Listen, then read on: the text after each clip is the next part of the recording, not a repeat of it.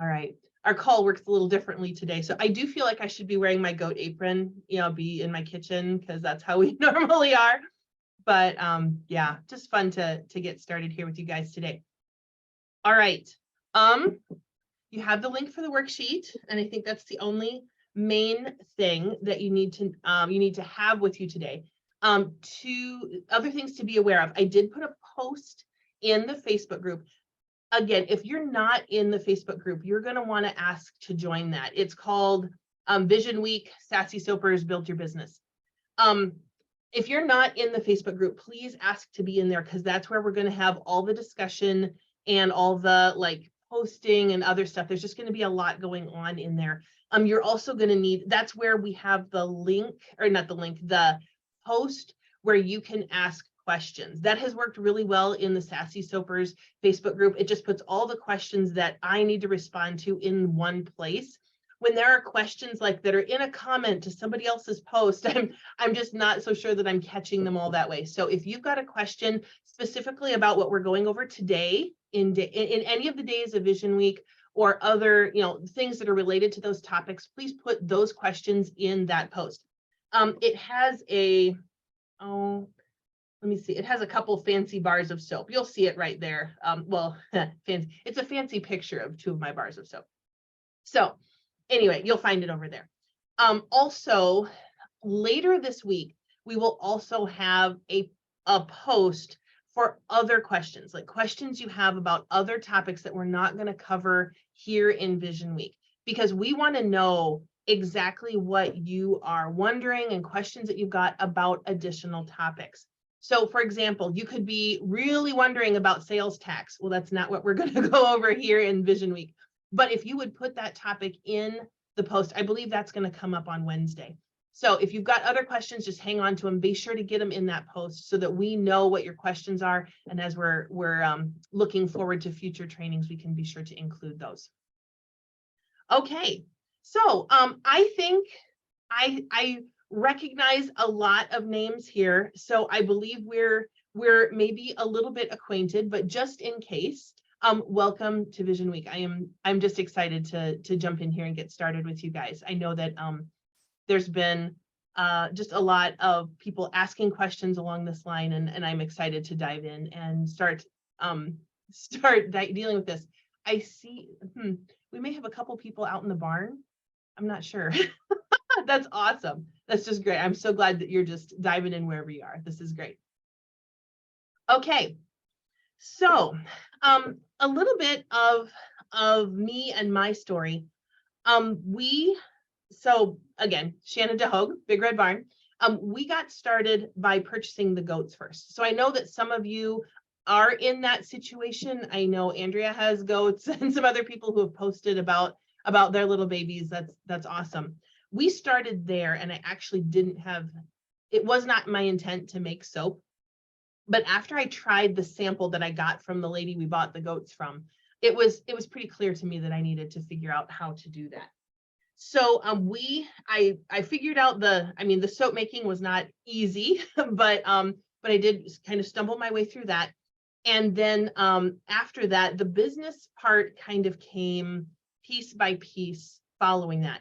I made the soap first for gifts. Then we did our first craft show in the spring. And after that, we just kind of baby stepped our way through the process. And so walking or telling you guys kind of how we did all of that, I'm a little afraid that for a number of years, and we've had a lot of time to work on these pieces step by step. And I don't want any of you to feel like, oh, we got to climb the mountain all in one day. And that's really not how it's going to be. We're gonna take this piece by piece, step by step. I'm going to explain a lot of the steps to you, but in the end, everybody's taken one step at a time. So don't try not to get overwhelmed later on when we're dealing with more topics. In Vision Week, we've broken it down to just the first couple steps that you need to kind of wrap your mind around and kind of get started thinking about in your business. And then the other things will come after that.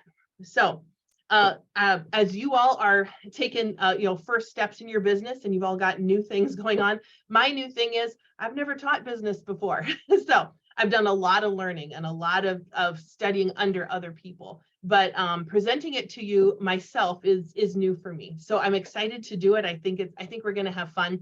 But if along the way you have some question that I'm kind of not dealing with as directly as you would like, please say that. I would love to bring you guys on camera to ask questions. I would like it to not be chaos. So there's a little, oh gosh, where is it? Is it in the reactions button at the bottom where there's a little, you can raise your hand? If you've got something to say, if you would just raise your hand, and that brings you to the front of my screen so I can see that. And then I can bring you up and we'll chat about whatever your question is. Okay, we talked about the worksheet. The goal of Vision Week in the next 3 days, and I hope you caught the post. I needed to change one date. It occurred to me as I was planning out this week that we're going on Wednesday, we're going to leave and go visit my son and daughter-in-law and then go on a college visit for another son. And I was thinking, well, I'll just do my Vision Week thing while we're on the path. And then my husband kind of looked at me like, are you sure you want to do that? I'm like, okay, yeah, you're right, maybe not. So we're going to change it to Thursday because we'll be stationary that day instead of trying to do a Zoom call in the car. I'm not even sure I could do that. So anyway, so it's Monday, Tuesday, Thursday. And the goal in these next 3 days, or the 3 days of Vision Week, is we want you to have clarity on what type of business you would like to run. There's a lot of different ways that this can look. And I would love for you to, we're going to spend some time diving into the pros and cons of a couple different business types, and then giving you some time to kind of chew on what are you looking for, what business appeals, what business seems easier than the rest, and what fits like the stage of life that you're in. If you are a young mom with littles at home, your business is going to look very different than someone who is more retirement age and doesn't have those kinds of distractions around. If you, and then there's just all kinds of different life things that play into how, like those decisions about how your business is going to look.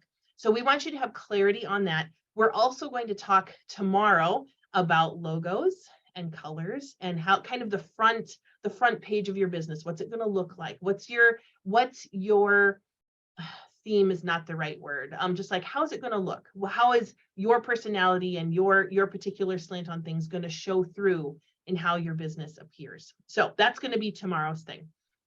Today, we're talking about business types.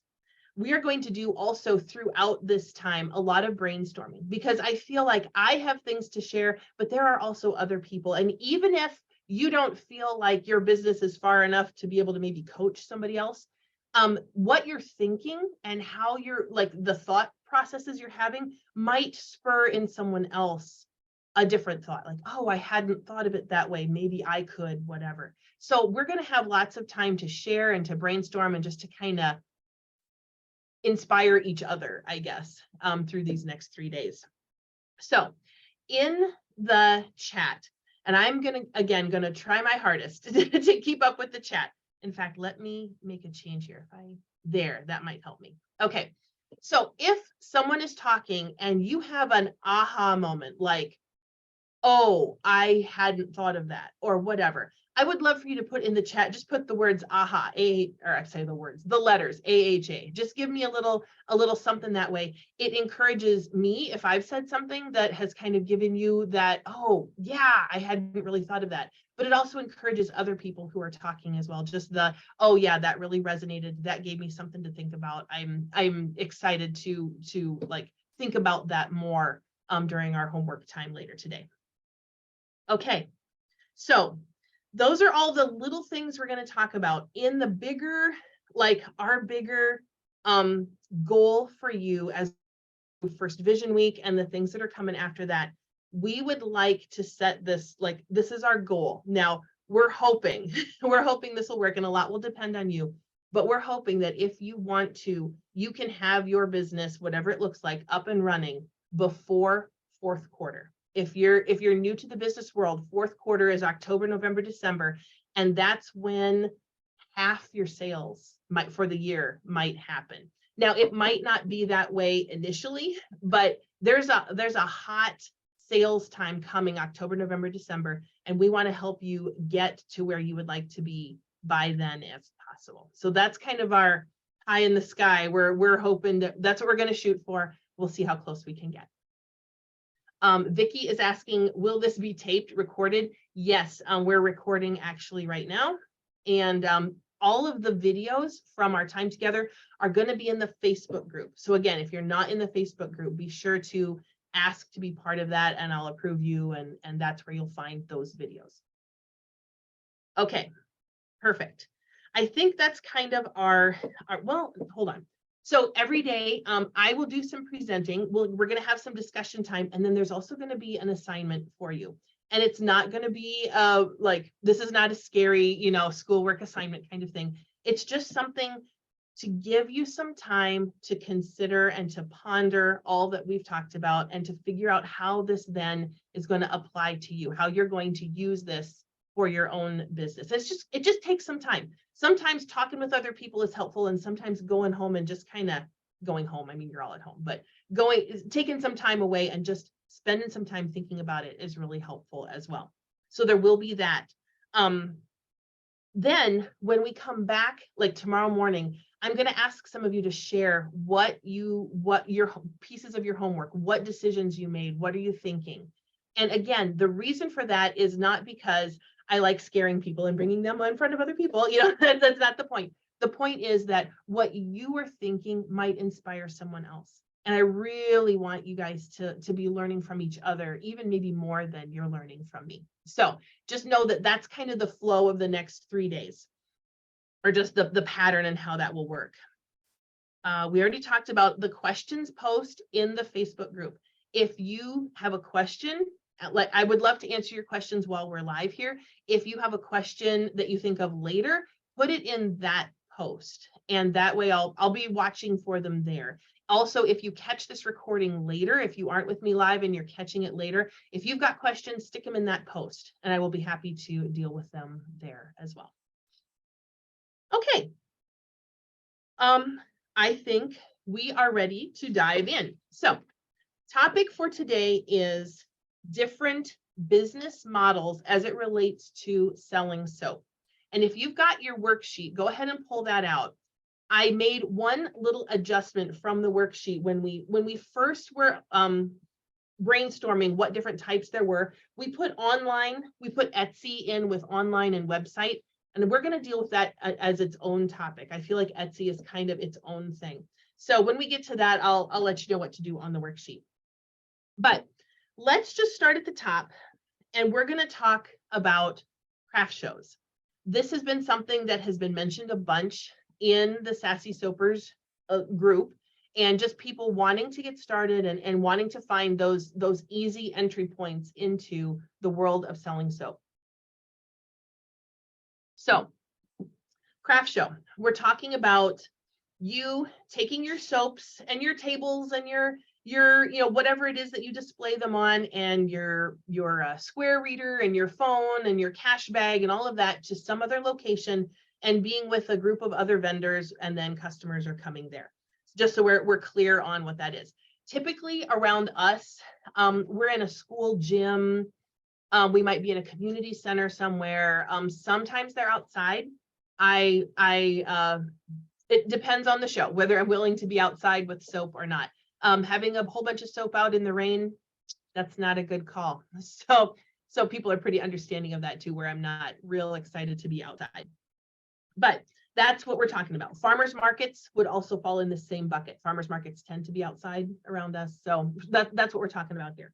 So what would the pros of this? If you're considering craft shows or farmers markets, what would be the pros to these shows? And I'm going to list off a few. If you have some to add, go ahead and raise your hand and we'll chat about that. They are face-to-face. I feel like, especially as you are building a business and you are kind of building that clientele, having those face-to-face interactions is really important. It's important for them to get to know you, but it's also important because those are the conversations where you learn about your people. You learn what they are looking for. You learn, it might be as simple as they would like a bar of soap with some exfoliant in it. It might be that simple, but it might also be, gosh, I have a whole bunch of people around me who are struggling with eczema, and I really need to see if I can produce a product that will help them. So you're going to find out stuff about your market. You might find out kind of your demographic. Like for a long time, and actually I believe it's even still the case, people who buy from me tend to be older women, like the 50 and up crowd for whatever reason. Not exclusively that, but that is my primary demographic. But we were at a bigger craft show. Sioux Falls, South Dakota is close to us, and that's where our bigger shows are. And my sister was with me, and we were laughing at how many like biker dudes were coming to buy soap from us. And she goes, I think you have a second market, and it's not at all like your first market. And it was just funny, but I feel like I had this one guy, and this took me a little by surprise, but he came up to our craft show table and he goes, do you have a lotion? I said, I do. He goes, and I said, would you like a sample? He goes, yes. He puts like 3 big squirts in his hand, picks up his shirt and rubs it all over his chest. And his chest was like covered in tattoos. And he goes, I just got new ones and they itch so bad. I'm going to let you know how this goes. And I'm like, oh gosh, this is, you know, I'd never posted on my Facebook, like, hey, great for itchy tattoos. You know, I just hadn't like put that together. But since then, there's been, you just start noticing there are guys out there who are just tired of their skin feeling like crap. So anyway, that was just something I learned about my target market, that there's kind of a subset that I was maybe not aware of. But anyway, you'll learn that at the craft show. So I feel like these are really important. There's also kind of a synergy at the craft shows, that if the crowd is pretty active, then everybody benefits. So the more you can help like people feel comfortable and help them feel seen and welcome, you know, that benefits everybody. I also feel like, and this is not something you'd have control of, but craft shows that have music playing, the sales tend to go better. So, you know, and that's not always something you have control of, but it just helps people kind of relax and enjoy. And when it's a real quiet craft show, all of a sudden it feels stressful, even to me, like, oh gosh, somebody's got to make some noise. This is bugging me. So anyway, there's kind of a vibe to the shows. Now that can be positive or negative, because a positive vibe at a show where everybody, like people are walking around with bags from all different places, you know, that's a fun show. But there's also shows where like nobody's buying, nobody's talking, they're just in and out and they're done. And you know, so it can be a negative, not a negative vibe, but kind of a dead vibe too. On one hand, a craft show kind of guarantees you some customers. And I say that with a little bit of hesitation, because that's not always a guarantee. But being in the group of people, probably you're going to see more people than if you just had a stand on the, you know, sidewalk corner by yourself. So there's going to be more people that you're going to interact with. Now, craft shows, I've been to some that were not great that way. So that can be either way, but chances are you're going to see more people there than you would, you know, like by yourself. You also have visibility. And this is something that's important in the very early stages of your business. People need to know you exist. And we had we have something called the indoor fair in a town close to us. It's not at all about craft sales, and it really isn't a vendor market. It's more like lawnmowers and siding and windows and hot tubs and, you know, stuff like that, where it's kind of more like a home show kind of thing. But we went there in, I think we went there in 2020. No, they canceled it in 2020. We went there in 2021. That's what it was. And I felt like it was really, really important for us to be there, because we needed to kind of stand in the community and say, we're still here. You know, lots of things didn't make it through. We are still here. We want you to know, we just want to remind you we're here, and, you know, we survived and it's all good. So anyway, so that was kind of an extreme case, but in little ways, just being at the shows kind of reminds people, oh yeah, I remember I saw her at that last place, or I really liked that soap or whatever. So just that visibility and that kind of local awareness is very important as you're getting started. All right, it's also simple. It's kind of a simple way to get in. It doesn't require you to have a whole lot of online technical wizardry. You just usually you will, well, we're kind of old school around us yet. A lot of them are still an actual piece of paper. You hand write your information in and then mail a check. There's a lot of them that are still that way. They are moving toward, oh, here's a Google Doc you can fill out and you can Venmo me, which those are kind of handy. But it's really pretty simple. It's just give them your information and be sure that and send them your money and you're in and you're good to go. Let's talk now about the cons of the craft show model. In a craft show, you are taking your stuff and you're in with everybody else. But the whole, getting people to that show is almost completely dependent on the advertising of the people who are promoting the show, the people who are organizing the show. And we have been to some where they do a fabulous job. In fact, I was just at one this last week where there's a group of ladies in the tiniest town near us. They do a great job. They have this awesome show in a town. I mean, we probably double the population of the town. The show probably does. But but they just advertise and they do a lot on social media and they just do a great job. I've been to one, there's one in a town that's bigger than that where I've been there multiple times, and sometimes I maybe paid $80 for a double booth at this show, and I don't even make my $80 back. Like, this is and it's all, they're just not marketing the right way. And you'll find, like, getting in a craft show is a little like a lottery ticket. You never know what you're going to get. But for the most part, they are worth doing. But every once in a while you get that dud and you kind of, okay, was this just a bad day? Or is this show, are they just not promoting this well? So that is, that's something to think about as well. It also takes time to get a following at a show, especially locally. People will, the people who do craft shows, they'll go to all of them. And it takes a little bit of time to get known, but it's also a great way to get known. So that's kind of a pro and a con. If you are at the craft show, by nature of the show, you might have competition there, because if other people in your area are doing the same thing, likely they're looking for those same outlets for their product. So you might find that you have competition. Don't let that deter you and don't let that discourage you. It will eat into the sales a little bit, but you are going to find, as you sell your product and as you find your people, that there are people who want to buy from you. And it almost doesn't matter whether your product is superior or not. And it doesn't matter if your product is cheaper or not. Do not feel like you have to be the cheapest thing at the show. That's a race to the bottom where nobody wins. People are going to want to buy from you because they know you, because they like you, because they trust you, and because they've had great experience with your product. So don't be put off by competition. I've been at a couple shows. Usually I'm pretty I pretty much own the market at the shows, but I do have one big competitor, and she's like a little bit away from me, but every once in a while we both go to the same show. And then those sales are down, and that's just how it is.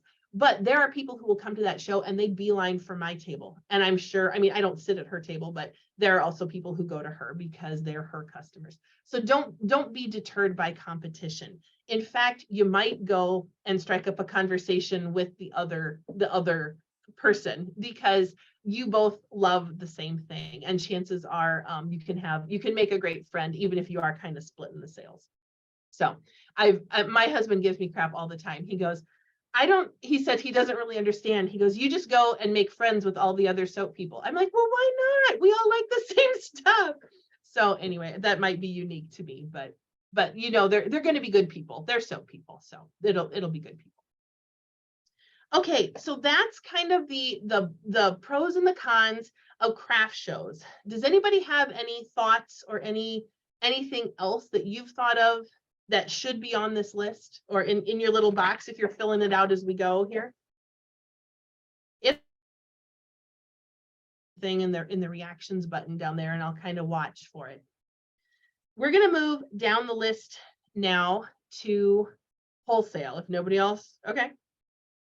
Don't be afraid to put your hand up. It's it's totally okay, and I would love to hear what you're thinking there. I have just a second. Oh, Ruthie says she's taken her own iPad and speaker to get some fun music started at some small school craft shows. It gets the spirit started. Exactly. We had a guy across the aisle from us at a bigger show, and they usually have music, but this time they didn't. And he just started up like some 50s, 60s music, and it was just a lot of fun. I said, I need to remember to have that around if the show doesn't provide it. Teresa asks, is there an amount that you pay at a craft show that is that you consider too much? I would start with your local shows. And again, this is probably going to be different by location.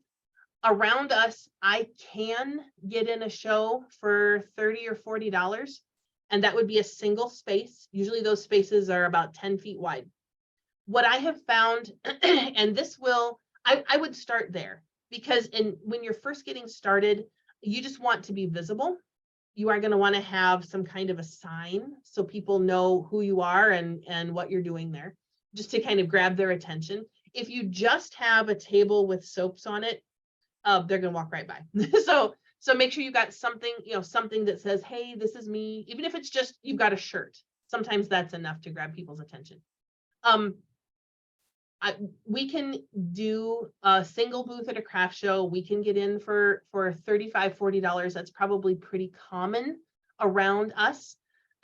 I almost always get a double booth because I feel like people can walk by a single booth and it doesn't really register in their mind what they just saw or how that might help them. But if they have to walk by a double booth, more will stop. So that's my my little thing for myself, but we've been doing this for a while as well. If you're looking at a bigger show, like the one that we do in Sioux Falls, that will be hundreds of dollars. Like, I think a single booth at this show I'm talking about is $450. And if you want something bigger than that, like we'll do a double booth, I think it's $600 or $700 for that. So again, that's not step number one. When we first got started, that was my like, someday I'm going to grow up to be that kind of business that can do that. So don't feel like that's your first step, unless you really want to do it that way. But just know that there's a range in there, and it depends on how big a space you want, and kind of what, if the show is in a big town or kind of in your local market. Kathy, how much inventory do I take? I haven't counted the bars, but I have a tub that is probably 2 feet by 3 feet. And it's like a little short tub. And I have a tub of soaps, and I take one of those for every day of the show. So if your show is just, like from 9 to 2, that's pretty typical times. I would take one of those tubs, maybe 2, because I have my standard scents and my essential oils in different tubs. But like for standard scent soap, I would take 1 tub for every day of the show. And I'm thinking that's probably close to 100 bars of soap. So 100, maybe a little bit more than that per day. I mean, and it depends on how many hours in the day there are there, but yeah. Oh, yes, take as much inventory as you can stand to sell, but don't try to put it all out at once. Yes. Also, I found that people, if you have, like, I have a metal galvanized tray that I put my soaps in when I'm displaying them. And if the tray is level full, people don't look at it. But if there's a couple soaps missing, they go, oh, wait, somebody bought these, and they'll look at it. So don't have it be a level full, make it look like somebody already bought from you, even if it's not true. So they don't know, they're not asking. So it's, along with inventory, how many types? Oh, just take whatever you have. Think about, like, in my tray, I can get 20 different kinds of soap in the tray. No, 15 different types. So I would want to have 15 different kinds of soap, so there's not a lot of duplication. But if you're not, but that's unique to me. I'm using this tray. I would have 3 trays out there, and the 3 trays might be identical. So you can do it with as small as that, but just think of how you're going to display. I've seen a lady that has little shelving racks, you know, and her little shelving racks, and she has all different like 10 bars of one kind of soap on a shelf. And then she just has however many shelves to accommodate how many types she has. So you can make the table look full. You want to make it look full and appealing, and you want to give it some height. You don't want it to just be all flat on the table, because people will, like, they're at eye level, they won't even see it. They'll just walk right on by.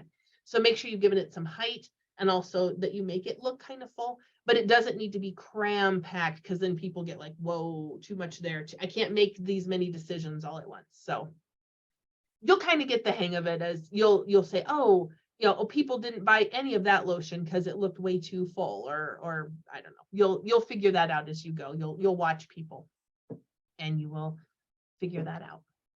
Good questions, you guys. Awesome. Okay, Connie, do you have something to share? Go ahead and unmute. And yep. So I'm in Western Wisconsin, which is very close to the Minnesota border. So what I have found is Sunday games, or Sunday days, that it's a game day between the Vikings and the Packers, are not good days to sell. People are not out buying. They're even not out shopping. So, you know, look at the calendar. Is it a Saturday? Is it a Sunday? What's going on TV land during that time frame? Yep. That's a good question. And also something else that will play a huge role is weather. You have the same issue in Wisconsin, but if it's a blizzard, nobody's coming. But the interesting thing is, in March, if it's sunny and beautiful outside, also nobody's coming, because they're all out in their yards.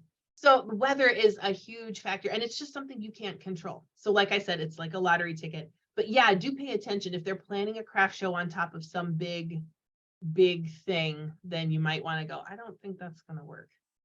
That's just something to keep in mind there. Oh, Ruthie says, I do a small show in my county with just 5 to 7 different scents. It's enough for my group. Yes. And also I've had it, you know, I have my tray with 15, and people will come to me and say, oh, there's so many choices. And I do think that too many choices also hinder people from making a decision. So yeah, I don't know that how many you have is as important as making the display appealing and being a welcoming person yourself. If they can come in and chat with you a little bit, then they'll stay long enough to figure out what they want to buy. Good contributions and good questions. Okay, we're going to move on to wholesale. Next line down on your worksheet there. Wholesale is when somebody comes to you and they want to have your product in their store. Wholesale and consignment kind of run neck and neck. I've done it both ways. Wholesale, they are purchasing a larger quantity of product from you at a reduced price. Typical wholesale for a lot of things is 50%. They would pay 50% of what your normal price is. I do 60 because I'm not sure I can actually survive on 50%. So I do 60, and it's not my favorite way to sell soaps, but we do some of it. I've also done consignment, where you take product to their store, they sell it, and then they keep like 30%, 20 or 30% off the top of that price. And although that feels a little like I'm just giving away 30%, on the flip side, if you went to a craft show and paid, you know, $50 to get in and you made 300 at the show, well, that's then about that same percentage. So, and you don't have to do anything. So other than just take the soap to the store. Now, the piece of that I like is it's literally other people are doing the work. You're just providing the product. The piece that I don't like about consignment is, at least in my experience, they expect you to manage the inventory and you're not in the store. So they would expect you to stop in and refresh and whatnot. And I just don't do well at that. So that's a personal thing for me, that I don't do well at like making the rounds of the stores that have my stuff. So I have people who do the wholesale, and then it's on them to place the order. And then when they contact me again, we fill the order. So, question about the 60%. So a typical for wholesale is that you would sell a wholesale customer your product for 50% of what you would charge anybody at a craft show or any other way that you're selling. Buying in large quantities from you, they typically also get it tax-free. I charge them 60% of what I would normally charge anybody else, because I'm not just buying the product from somebody and then selling it on. You know, I'm not the middleman. We're actually producing, and we need to make enough money to make that worth doing. So that's what I meant by the 60%. I get the 60%, and then they would have a 40% profit margin. And I tell them what to charge. You know, this is exactly what we do. So, or what we charge. So I tell them what to charge. So then they would have a 40% profit margin, and I would be getting 60.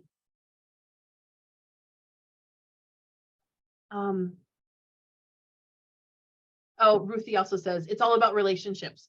I will walk past a table, and if no one looks up and doesn't greet me, I'll always stop someone and say hello. And I will always stop if someone says hello and asks me how my day is going. Yes, that is true. It does. You have to like watch your extroverts and introverts, because sometimes introverted people, my husband will, he's very people-y, and people will come to the table and he'll be engaging them in conversation, and they're like, backing off, don't talk to me. You know, so it does go both ways. But yes, you do want to be welcoming, and you want to make sure people know that you see them and that you care. Okay, very good. Yes, Carol says consignment can be beneficial if you want to get your product outside of your local area. Yes, that is true. That's another of the benefits of both consignment and wholesale that way. Okay, it's also, it's wholesale is really nice because there's less marketing involved. Once you have your wholesale customer, you just need to stay in contact with them. And there's also typically bigger sales. They're going to call you and say they want 30 bars of soap instead of 3. You know, so that's the benefits of those. The downside is the cons, there's less profit. I mean, you're just going to profit less because of that. And you also need to be aware of you're responsible then for having their sales tax information. So if ever anybody checks, you can say, yes, I didn't charge them sales tax because they're a wholesale customer. They're using this for resale. So if there's ever anybody following up on that, and I don't know who in the world has time to follow up on all of this, but it is your responsibility to have that information and to be ready to produce it in case you ever get asked. So it's kind of a con, but it's kind of also just the reality of wholesale and yeah, doing that kind of selling. Any other questions about that or thoughts about wholesale consignment type things? Okay. Let's go on to, we're going to tackle Etsy first. So if you want to make, like down at the bottom or on the back of the page or whatever, make an Etsy spot that's its own spot. And let's talk about Etsy. Etsy is, I'm going to call it like its own thing, but really it would be any kind of like, you know, online grouping of you know, vendors. Etsy is the main one, but I know there are others as well. The upside to Etsy is it's very fast and simple to get set up. I think you could have your Etsy store ready to go. If you already had the product and the pictures, you could have it set up in an hour. It would not take you very long. So it's very simple. They also have everything pre-done for you. It's like a website that you just plug into. So you don't have to design anything. They've got that all figured out. They have the payments all figured out. You know, they can take credit cards and stuff. You know, you just have to connect your banking information. So that's very simple. They also have shipping like built into the system. So you can ship right through Etsy. It just makes all of that very simple, very, very centralized. The downside is you have a bunch of competition. Like you step into a world where there's a lot of people doing exactly what you're doing and marketing exactly that same way. So you just have to be ready with a way to stand out in some way. And that might be, you know, that your product stands out some way, but it's just harder to stand out in an Etsy shop. Also, I don't remember, I've not been on Etsy in a little bit, but if you like, people are looking for goat milk soap, there's a bunch of people that are going to come up, and maybe they click on your pictures, maybe they don't. It probably puts more emphasis on the picture. You want to have really good pictures that are going to draw people in and make people want to come to you. But also you want to be like, you also want a personality there too, where there's a person there. And I feel like that's a little bit harder on Etsy. That's easier on your own social media or other places. Darcy says Etsy also handles the sales tax collection and remittance for you. So that's a big bonus to Etsy there. Yes, they take a good chunk of the profit in fees. Also true. So that would be on the con side. It's harder to stand out. There's more competition. But another thing that you need to realize about Etsy is this is not property that you own. At any time, Etsy can say, you're in violation of this brand new rule we just wrote and you're out, and then now you've spent time building this platform that's actually somebody else's property. So it's very easy to get done. And that's their whole thing. They want to make it easy for people to get on and use this, but in the end, it's not something that's yours. And you just need to be aware of that. So if you're going to use Etsy, I would say do Etsy and something else. Do two things. Maybe Etsy is the place where you start, but don't shy away from starting something else as well. So that if Etsy says, oh, we don't like goat milk soap, it's an animal product, off, then you've got something else that you're building as well. And it's not just everything crashes and burns. So just be aware of those things with Etsy. They do take a chunk of the fees or chunk of the profit in fees. That's how they're going to make their money. I mean, any other place that is selling, that's offering you their services to sell your product, that's going to be how that is. But yeah, there are some benefits like handling the sales tax and it's also a very professional looking site right away. We started on Etsy because we didn't have a website, we didn't have other things, and it was just a great place to be able to send people right away.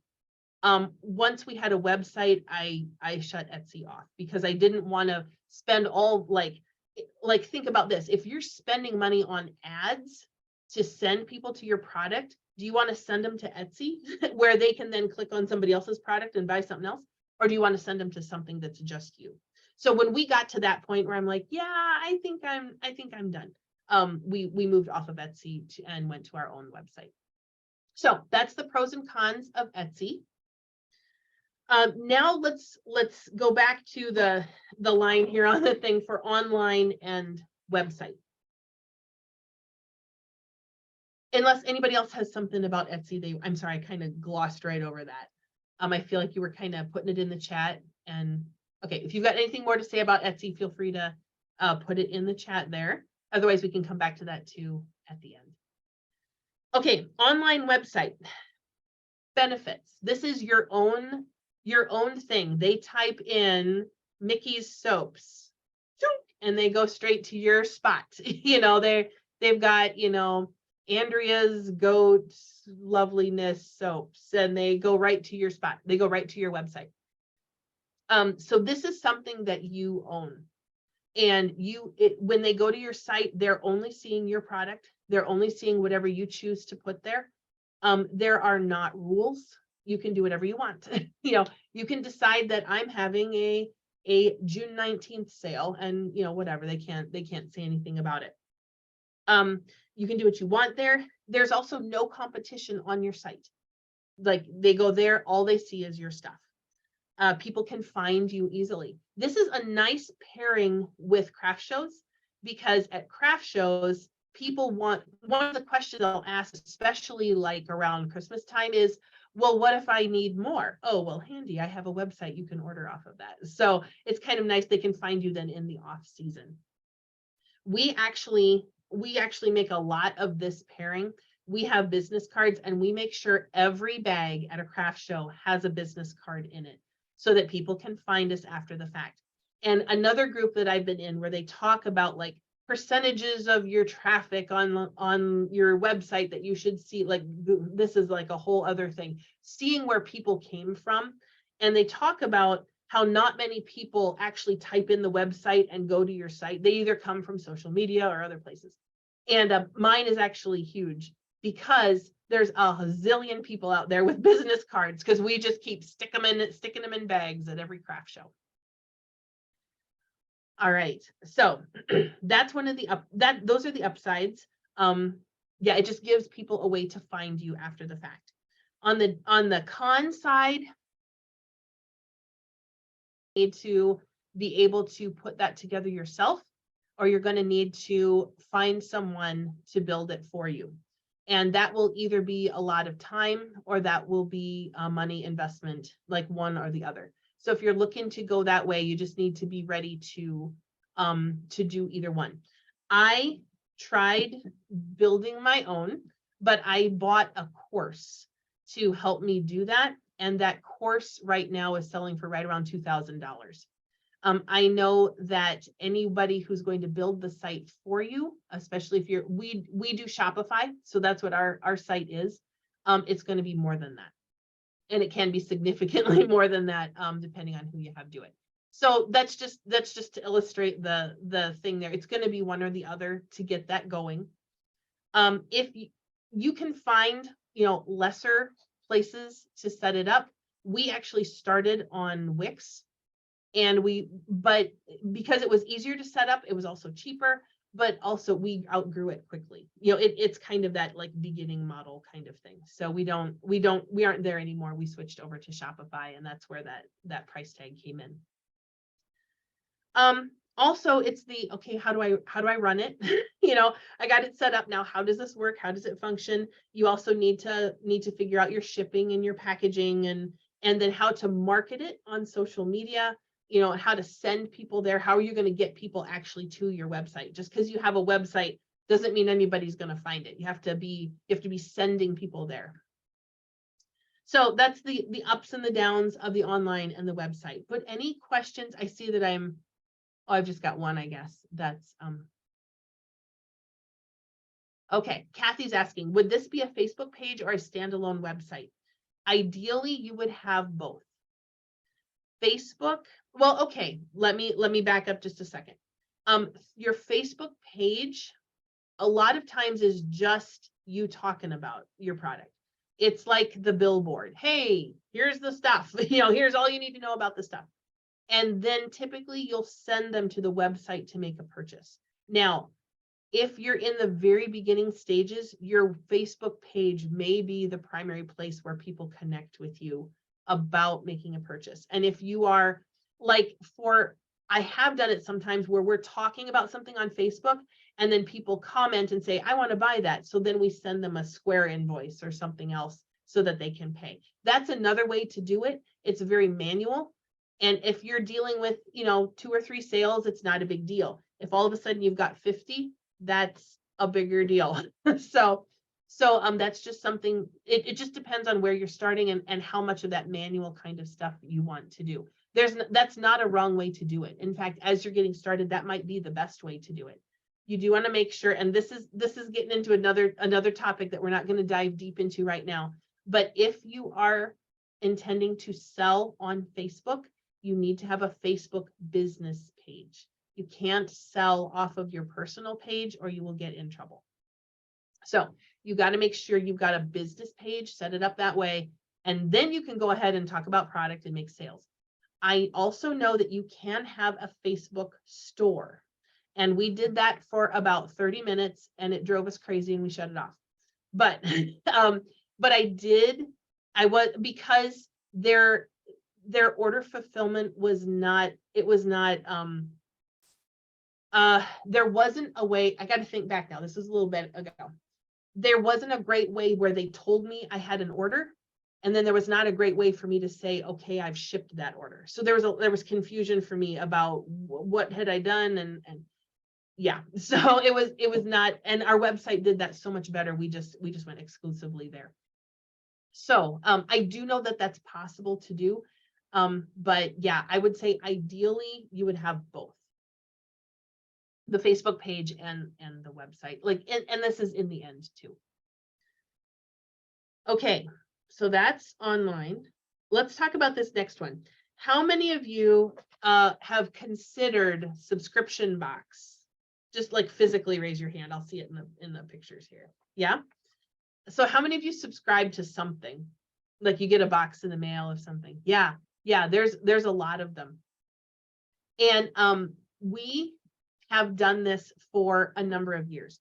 Our subscription box, we've got it's a box of our product that goes out. There we go. I lost my mouse a minute. There we go. A box of our product that goes out every month. And we have not a ton of subscribers, just, you know, we've got around 40. No, I'm sorry. If you count them both, it would be more like 60. But just those boxes go out and they know they're going to get new product every month. We try to make it exclusive. We make it fun. You know, so it's not stuff they can just go and grab on our website if they want to. And I've had a lot of people say it's like getting a Christmas gift every month. So it's kind of a fun way to do it. It is harder to sell the subscription than it is to sell the soap, because you're selling something that's going to be a recurring, you know, a recurring charge. So people need to have already experienced your product before they're going to want to subscribe to that, probably. But not necessarily. Sometimes people just dive in and think that looks like fun. I'll do that. So that's a really great way to market your product. It's a great way. Yeah. And Mickey says too, that's 60 guaranteed customers monthly. Exactly. So that's a fun thing to talk about. It's something that I'm going to throw out as an idea, but it's like, that's like its own course by itself, because there's a lot of moving pieces in a subscription box type thing. But yeah, it is a fun way to do it. And I think it introduces just a level of fun and surprise and delight for your customers as well. So that's a fun one. Pros for a subscription box: it's a consistent and predictable income. And also you have repeat customers. A lot of times my subscription box ladies are the ones who would never buy anyone else's goat milk soap. They are diehard Big Red Barn. So and that's just a lot of fun, and it's fun to even have those relationships and that support from them as well. On the downside, on the con side, it does take a lot of organization. You need to plan those boxes months in advance. You need to make sure you've got enough product to fulfill those boxes. You need to actually have the boxes. You know, there's just a lot of pieces that are in play there. And sometimes when you're dealing with soap, you can't quickly change thoughts a month out, you know, because you have to be making the soap for the box that's actually 2 months away because of the 6-week dry time. So you got to kind of back up and be planning this. And I have people who laugh at me all the time because and for that reason, this is actually a little bit different, but if we want to start having Christmas type things in our boxes in November, which is, you know, that's where it should be, then we have to be, well, we actually reveal our Christmas stuff in October, which means we have to be making it about Labor Day. And the lady who makes soaps with me shakes her head all the time. We go to make the Christmas soaps around Labor Day, and she's like, it is too early. I'm like, should we play Christmas carols? And she's like, no. But anyway, so you just have to plan way further in advance than you really think is even reasonable. But okay. Yes, and those are the two cons. You have to be very organized. You have to plan in advance. Tracy asks, are all the items in the box the same each month? Are they all the same fragrance, like vanilla one month and lemon the next? No, I have the two. We have standard scent and essential oils, and this is just how we've organized it. You do not have to organize it this way because we're a little confusing. We also have a small and a large box in either of those categories.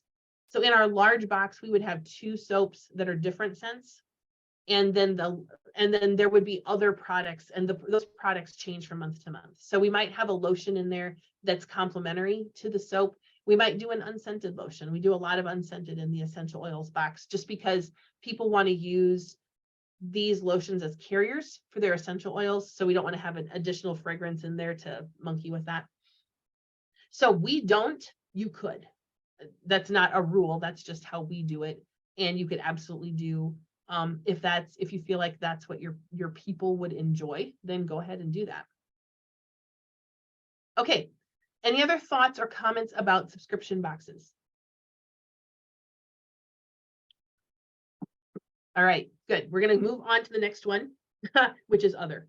Hold on. Let me make sure I got through them all. Etsy, wholesale, subscription box, other.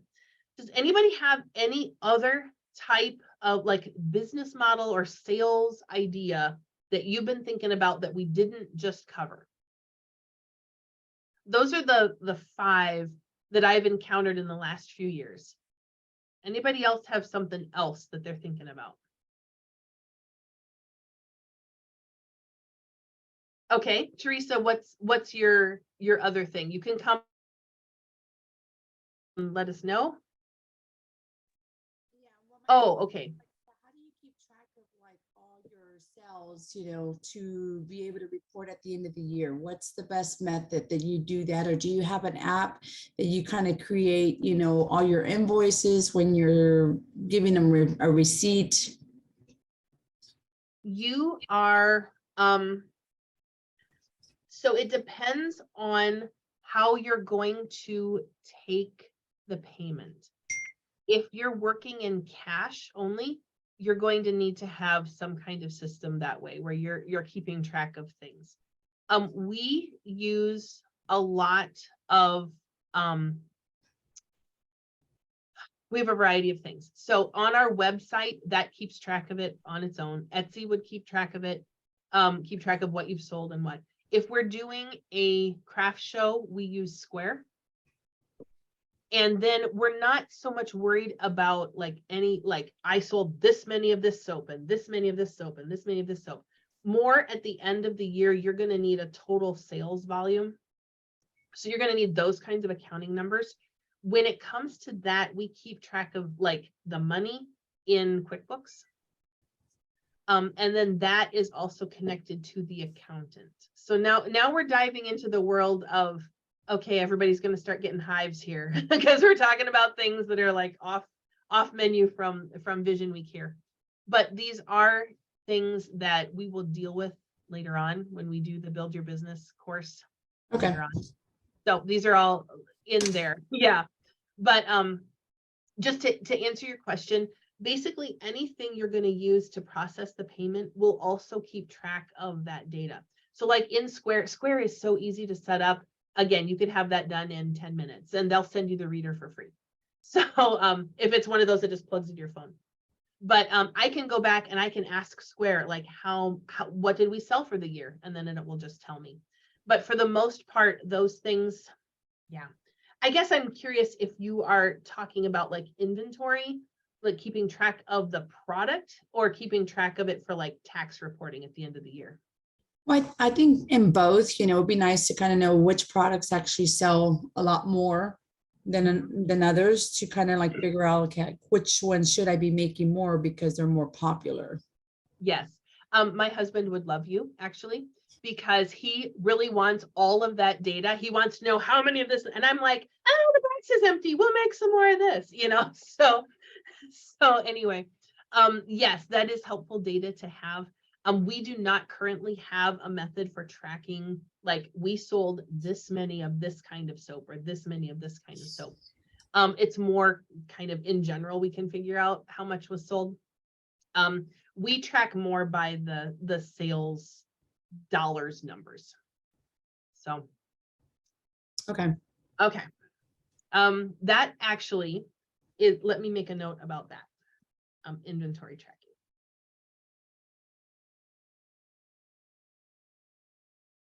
That is a great question, and we'll come up with a better answer for that later on. Thanks, Teresa. Okay. Thank you. Mm-hmm. All right, Mariah, I plan to do a farm stand here on my farm. Yes, we do some sales just out of our home as well. People love to come and do that. Yes. Mickey says my accountant doesn't want to know all that. It's for personal use. Yes. So if you're tracking, I mean, what Teresa was saying there, if you're tracking, if you're wanting to know how many soaps did we sell, how much lotions did we sell, that might be helpful. Okay, I can see that like in fourth quarter, I would want to know what did I sell last year in fourth quarter And then I'll know how much to produce as we're going into fourth quarter. So yes, that would be helpful to have. If you're thinking about what is my accountant going to want to know, then that's more the dollar stuff. And that's like a QuickBooks or some other kind of financial program, whatever your accountant would like you to use. Okay. This is Carmen. My son was suggesting last night a barcode. Again, my husband would love you. Barcodes make me want to crawl out of my skin. But but that's only because you have to have a unique one for each thing, and then you have to be able to print them. And yeah, it's just not what I love to do, but I do understand that.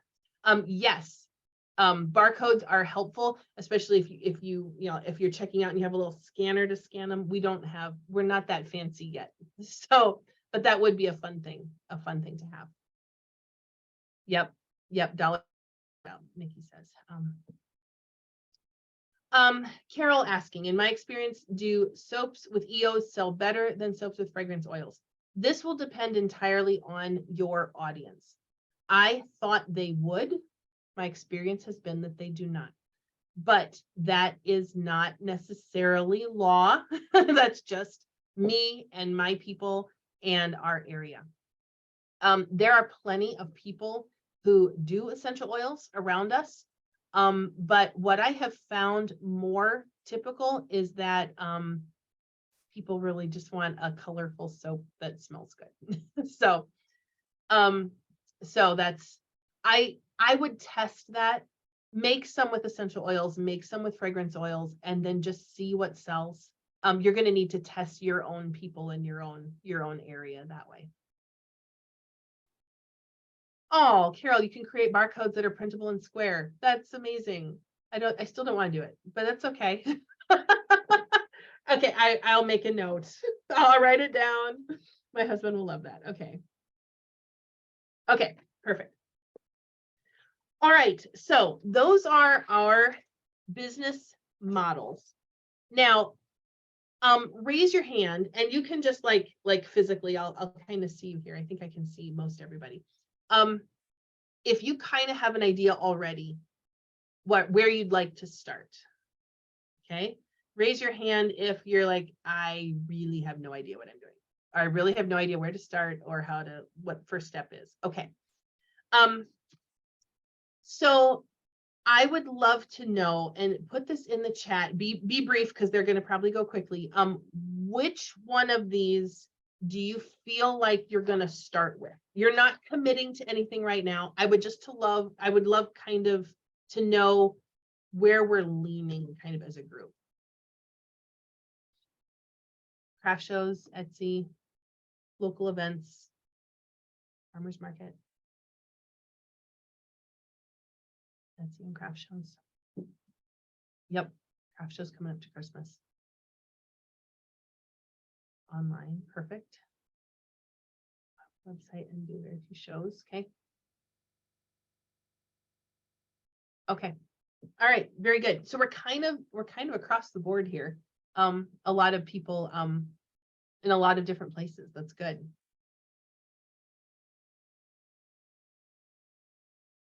Okay. Good. Good. Web stores, farm page. Yep. Perfect. Okay. Very good. So as you're thinking about this, wait a minute. I just keep taking a box to work and selling out. That's hilarious. That's awesome. So, yeah, and that's actually a great way to do it because you already have people who know you and like you and trust you, and now you've got product too. So you've kind of jumped that hurdle and gotten right into that. Mickey just said, I just keep taking a box to work and selling out. That's awesome.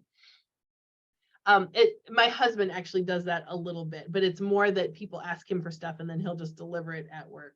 So that works too. Okay. So as you're considering like how to get started here and where your first step is, we've gone through 5 different models, but you are not going to do all 5. Absolutely not. You're going to pick one, maybe a second one if they come together nicely, but you're absolutely not going to do all of them. You're going to pick what works best for you. So you're going to look at what do you want to do? What excites you? What fits you right now? There might be some things where you think, gosh, I think, you know, craft shows would really be great for me right now. I am not ready for a website, and that is okay. You might also say online, that's where everything's going. I have to focus there. So it can be any of the answers. There's not a wrong answer here. So you're picking what's going to fit you and what's going to work well for you right now. And if you pick one, you're going to find that it probably grows into a second one, and pretty soon you've got two, and then all of a sudden you need the third one. It'll just grow, and you'll probably move through a variety of these eventually. But you want to start with what seems easy. Don't feel like you have to start with the hard one because that must be the right one. Start with what seems easy to you. What is that thing where you're like, I can see my way through? I already know what craft show I would try to get into, or my friend organizes one, or the farmer's market would be easy, or Etsy seems really easy. You know, start with whatever started. Just get that first thing together. So I would love to know a little bit more about ideas. Is there, I would love to have a couple people come on camera and just tell us where are you going to start? What's that first piece? What's that thing that feels easy and attainable? Like you could reach out and grab that. It's not that far away. Oh, I have a couple of things over here I have to catch up with too. But yes, I will get back to those questions here in just a minute. Does anybody have where they could just, where are you going to start? What are you thinking? Shannon, Yes. so this is Teresa. Okay. So I have started with, you know, I bought this rack and I just started putting all my soaps on there. And my husband asked me a question, how many soaps do you have now? And I was like, I don't know, I haven't counted. He's like, well, you should know what you have. I'm like, I don't. I'm just because I know I'm something. So he literally counted all of them and I'm at 500 right now. Very good. So I think with everything that you've taught us or taught me, I'm just preparing for, because I know I want to do it. And then I needed this next step was to how to move to the next step. So which would be, Right. I'm creating my pictures, you know, of how I want them to be presented. And then the next step is, yes, I went ahead and, you know, filed for an LLC. I know that's like a next step, but I wanted the business name. So that was the next step for myself. And now I just needed like, where do I sell? You know, I have the product now. Now where do I go from here? Right. And I mean, 500 seems like a lot until you start selling them. And then all of a sudden it'll be, wait a minute, I have to make more. Yeah, my husband started doing the math. Well, if you sell this at this is what you're looking at. But I had not processed that yet. I just want to be able to prepare to have enough, because I'm being hopeful that, you know, the minute that I start marketing to friends and family, I'm going to sell out. Right. Right. And, you know, don't set your expectations too high. It does start slowly. But as you go to a show, you know, to take 100 soaps to a show is not unreasonable, not at all. In fact, I might take 200. Just, you know, you'll probably bring a bunch of them home, but that's okay. But as you start to make those connections, you know, and this is the piece, and we stumbled into this by accident. I did not make this decision intentionally, but at craft shows right now, I feel like sales are down kind of across the board. But people are being very hesitant to buy a new thing to hang on their wall. They're very hesitant to buy a new, you know, a new makeup or new whatever else might be at the show. But once they know a good product on their skin, once they get introduced to goat milk soap, they do need a new soap, or they know people who need a new soap. And they're very hesitant to give up the stuff that makes their skin feel great, whereas they might forego that other round wall hanging thing, you know, for fall or whatever.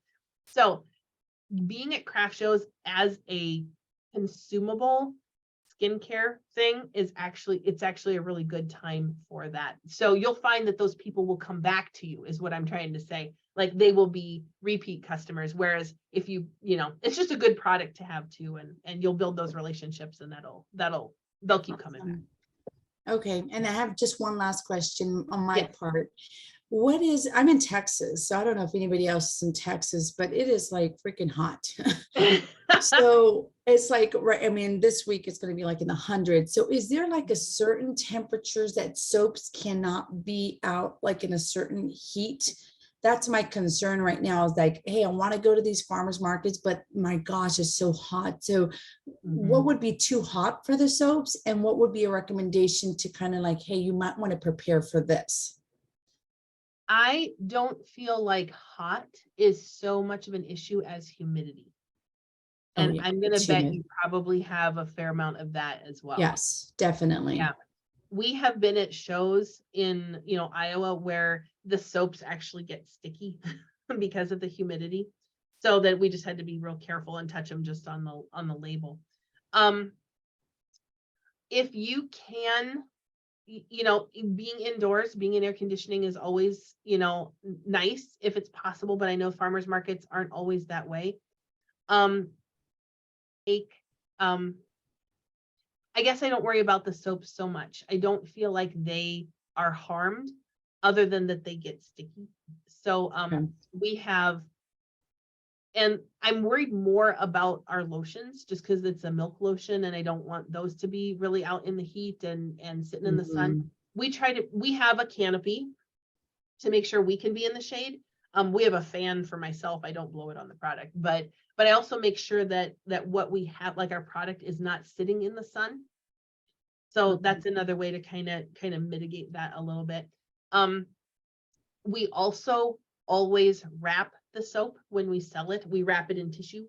So that way the customer is not dealing with, these slimy soaps, wrap it in tissue, make sure they can get it home. And once they get it home, it'll be fine.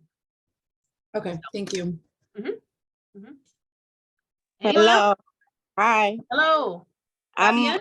yes, how are you? I'm good. How are you? I'm great, thanks. Yeah. So I actually started the soap business already, but I did start it last year. But Mhm, because I have a lot of acne in my face, and then I started with Melton Pool soap. And mhm, then I see that I make like turmeric soap. Like this is one of my bar, and I make turmeric with cinnamon. So it works really good for me. So now look at my face. My face is so nice. beautiful, so nice. You see, I don't have any bump, and then it looks Yeah. so healthy. And I even make like the oil too for my skin, my face. And then Mhm, it's been 1 year. I didn't buy any outside soap. So then I use the soap for my kids, mhm, and myself. And then people start buying too. And then they see, result. They said, oh my gosh, your soap is so good. And then mhm, I even make the goat milk, Melton Pool goat milk. And I make different type of shape, the heart shape, and I even make for wedding, the wedding mhm, one. So then I just started with scent. I put like scented scent and then color, different color I did. And then this one is the cinnamon. So the shape, I have different kind of shapes. And then this is for the wedding. That's the color pink and stuff, the heart and the flowers for wedding. So I have the mini size and the big size. So yeah, but I mean, I really want to start selling more, and to find more mhm. people, and then that, they can start knowing me more. Yeah, and actually, and also I did took your class last time. I believe it was in May.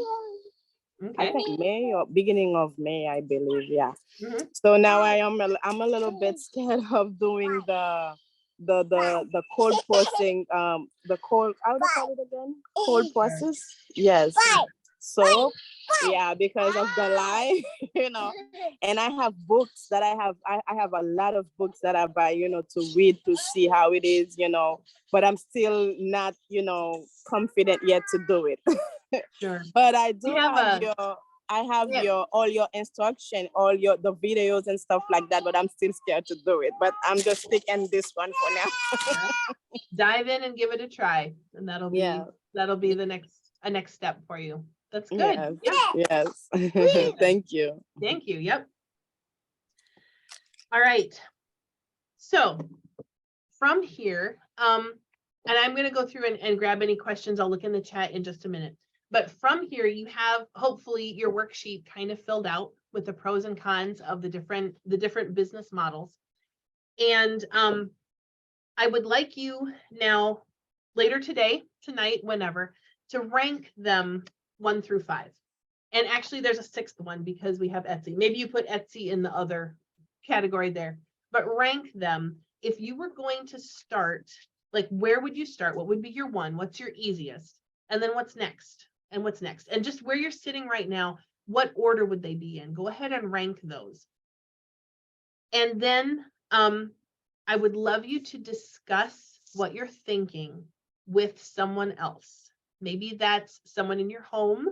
A spouse would be great. A kid. I mean, like an adult. Some other adult. Find some other adult to discuss what's in your mind with. Somebody who knows you. Someone who knows what you're trying to do and wants to support you. Teresa, I would really suggest that you discuss with your husband because he's already in that discussion. And further. And partly, at least for me, I process verbally. So it's very helpful for me to talk through something with someone, even if that person doesn't have a lot of insight. I'm going to refine my own thinking just by saying it. But also the people who are close to you, they sometimes can see better where you're at, what you're going to struggle with, what's going to be, you know, how to get started with this. They might have more clarity than you give them credit for. So discuss this with someone else or multiple someone. That's totally okay. And then bring that tomorrow to our live here tomorrow. I would love to hear like what came of those discussions. Were there any like aha moments or any things that you got from that discussion? Other people kind of giving you some insight there. So that's your assignment for tomorrow, is to complete the worksheet if you haven't gotten that already. And actually, you know, what we talked about here, those are not the only pros and cons. As you think about it, you may think of other things to add to the sheet, other things that might be pros for you in any one of these models, or things that might be, you know, cons. Like if you're factoring in small kids, that's gonna, you know, some things are going to be either pros or cons just because you have to factor them in. If you've got other, you know, life situations that you have to navigate around, that might decide, like something that might be a pro for somebody might actually be a con for you, or the other way around. So do some thinking about this, get them ranked, and then discuss that with someone else around you, and then bring that back tomorrow. And I would love to hear just what came of those conversations and what you learned, and kind of where you're at that point. Okay, tomorrow we are going to talk about logos and colors.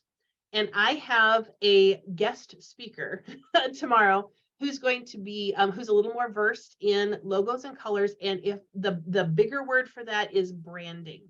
What does your business look like when you're presenting it on a website, on a business card, you know, on Facebook, you know, all these things? What are these things that are going to help your brand be consistent all the time in all the different places? So she is going to come on tomorrow and talk to us about how to create. Actually, she's on this call right now. Andrea, can you wave? There she is. Maybe you can see her there. This is my sister, and she has been instrumental in helping me do a lot of the Facebook ads and posting and some other things that we've done more of in the last 6, 7, 8 months. So she's going to come on and give you some tips and tricks on what to do with your logo, what to do with branding, like colors and stuff. I am going to talk to you about naming your business. We're going to talk about things you need to think about as you are coming up with your business name. So that's all in tomorrow. We will also have for you a done for you option, if that makes sense to everybody. If logos and brand colors feel a little nebulous to you, we will have an offer for you tomorrow as well, if you would like somebody to step in and just help you through that.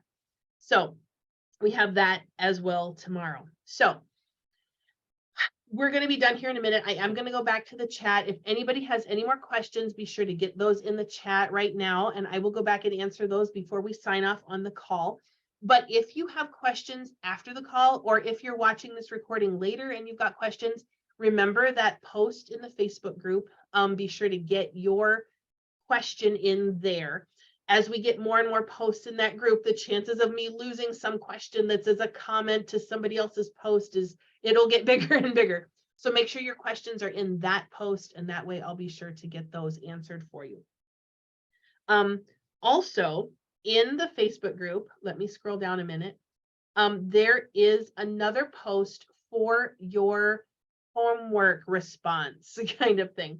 And I believe that post has a couple lotion bottles. Yes, it does. So this is your homework post, Vision Week homework post. And what I would like you to post in there, do the work, get them ranked, talk with somebody, and then go to that post and comment on it. Excuse me.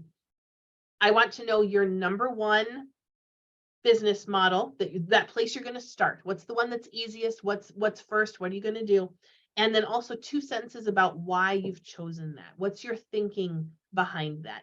And it doesn't have to be 2 sentences, but just give us a little something about what your number one and why you chose that, but make that be after you've had your discussion with whoever it is. So fill out your worksheet, get them ranked, discuss with somebody, and then comment to that post with the lotion bottles, and just let us know your number one and your why. Why did you choose that? Okay, does that make sense to everybody? Okay, all right. So let me go through and answer any questions. Again, if you've got questions about any of that, throw that in the chat quick, and I will work through these here quick before we sign off.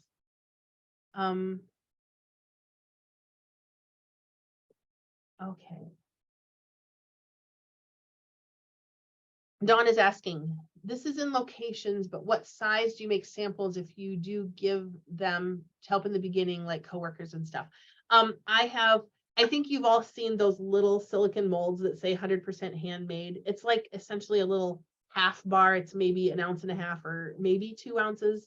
I give those away as our samples. So it's just like half a bar-ish. We do also do some samples. Well, mostly we do samples as soap, and it's those little bars, but I've also taken other bars maybe that have a flaw and cut them to make it a little sample size. So that's a way to reuse something if you've got a batch that has a hole in it or a crack or something else.